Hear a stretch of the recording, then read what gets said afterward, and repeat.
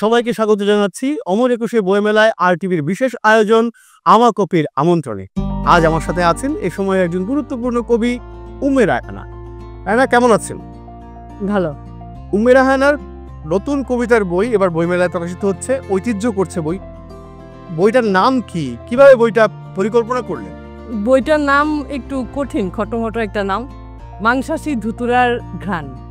এটা কিভাবে তৈরি করলাম, তৈরি হয়ে গেছে আসলে। মানে বিষয়টা কি, অনেক লেখা হয়ে গেছে তো সবাই খালি বলে বই করো বই করো, আমার তো বই করা হয় না। তারপরে তখন আমি করতাম কি, যে একসাথে জড়ো করে করে অনেককে পাঠায় রাখতাম, তোমাকেও পাঠায় রাখা আছে।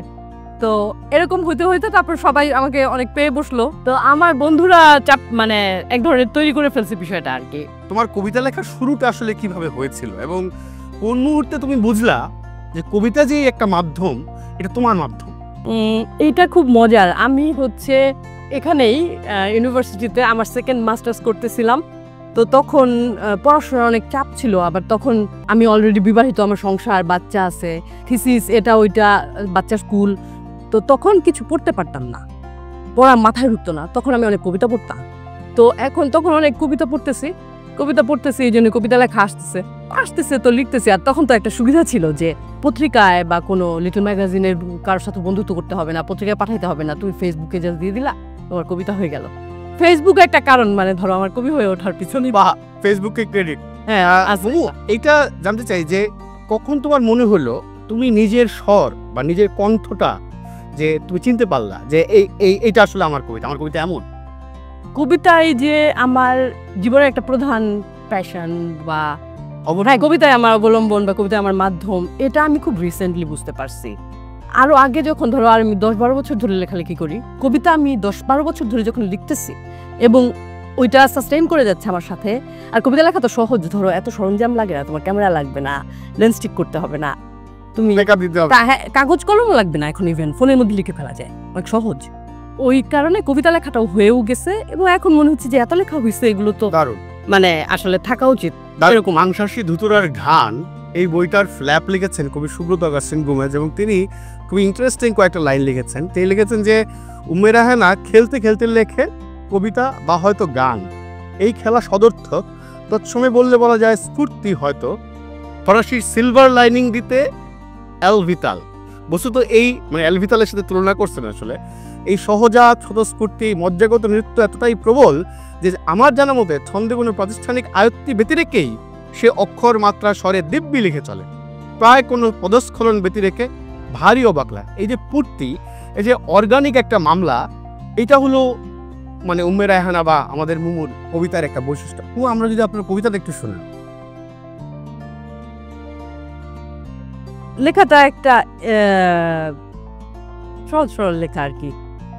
নাম হচ্ছে হৃদয় খুব প্যারা, অপেক্ষা শেখায় কবিতা শব্দেরা, প্রেমের ভান ধরে হৃদয় ঘাটতেরা, শহর খুব ফাঁকা, ছুটির দিন আজ, সন্ধ্যা ঘন হলো তবুও ব্যাটবাজ, জীবন ক্ষয়ে যায় আজও গান গাই, শুনতে নক দিস যখন অনলাইন। বা মানে এটা কি আসলে প্রেমের অপেক্ষা বা প্রেমিক কি আসলে কবিতা লেখায়? হ্যাঁ, তো লেখা তো কবিতা লেখার মধ্য দিয়ে তো আসলে একজন কবি পাঠকের সাথে যোগাযোগ স্থাপন করে। এই যোগাযোগটা আসলে নিজের অস্তিত্বকেও আসলে প্রকাশ করে। মানে এটাকে কবি হিসাবে তুমি কিভাবে ফিল করো? এটা আমি ফিল করি যে ওইটাই তো যেটা বললাম আর কি, যে মানুষ মাত্রেই বা লেখক মাত্রেই তো নিজেকে প্রকাশ করতে চায়। তো আমার ধরো নন ফিকশন লেখারও অভ্যাস আছে, আমি কলাম টলাম লিখি, তুমি জানো। তো ওই মাধ্যমের মধ্যে কবিতা সব থেকে অনেক বেশি শক্তিশালী।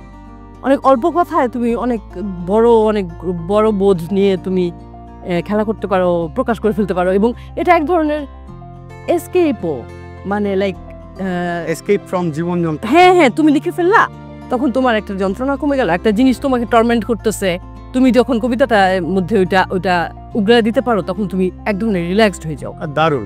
উম্মে রায়হানা কবিতায় এই যে রাজনৈতিক নানা রকমের ঘটনা ঘটে থাকে, সেগুলো কি আসলে আপনার কবিতায় প্রভাব রাখে?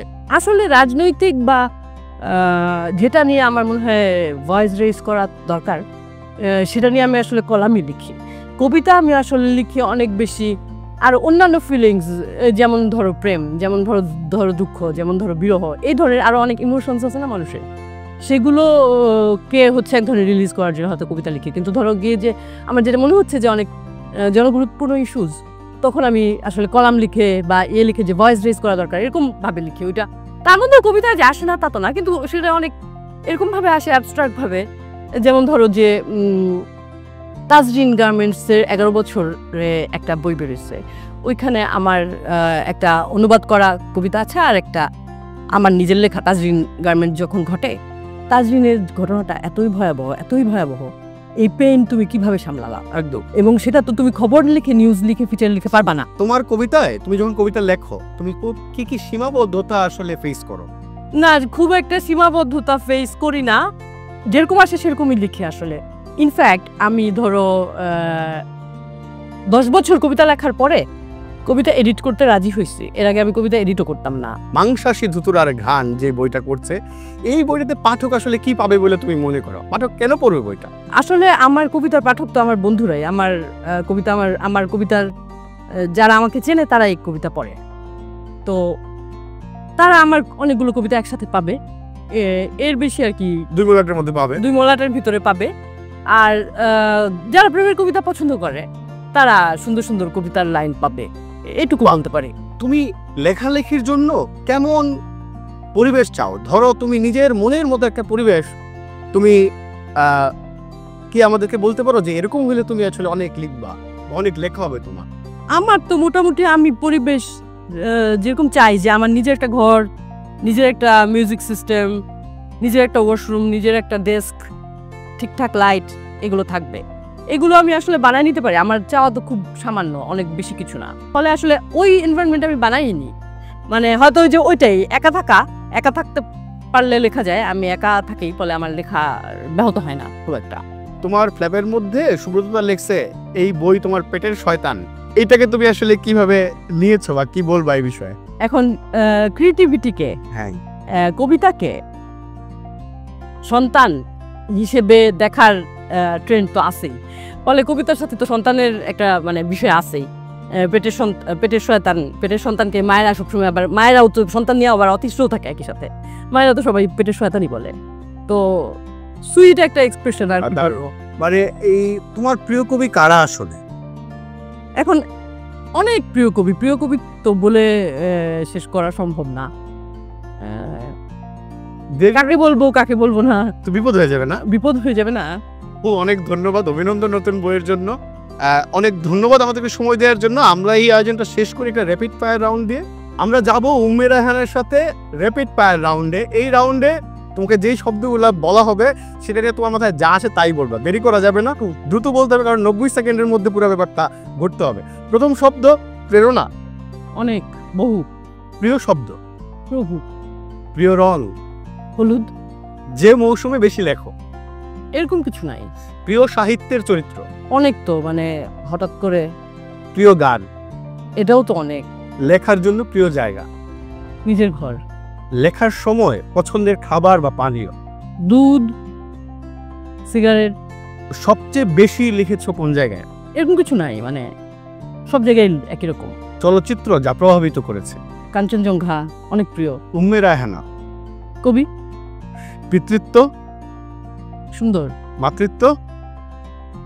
পেইন। যৌনতা? অবশ্যম্ভাবী। অপছন্দ করি? বিড়াল। যা বলতে চাই জোরে? সব কথাই জোরে বলি আমি। অনেক ধন্যবাদ আমাদেরকে সময় দেওয়ার জন্য। প্রিয় দর্শক, আমরা কথা বলছিলাম অমর একুশে বইমেলা উপলক্ষে RTVর বিশেষ আয়োজন আমা কফির আমন্ত্রণেতে কবি উম্মে রায়হানের সাথে। দেখা হচ্ছে অন্য কোনো একজন লেখককে সাথে নিয়ে এই আয়োজনের পরের পর্বে। সবাইকে অনেক ধন্যবাদ।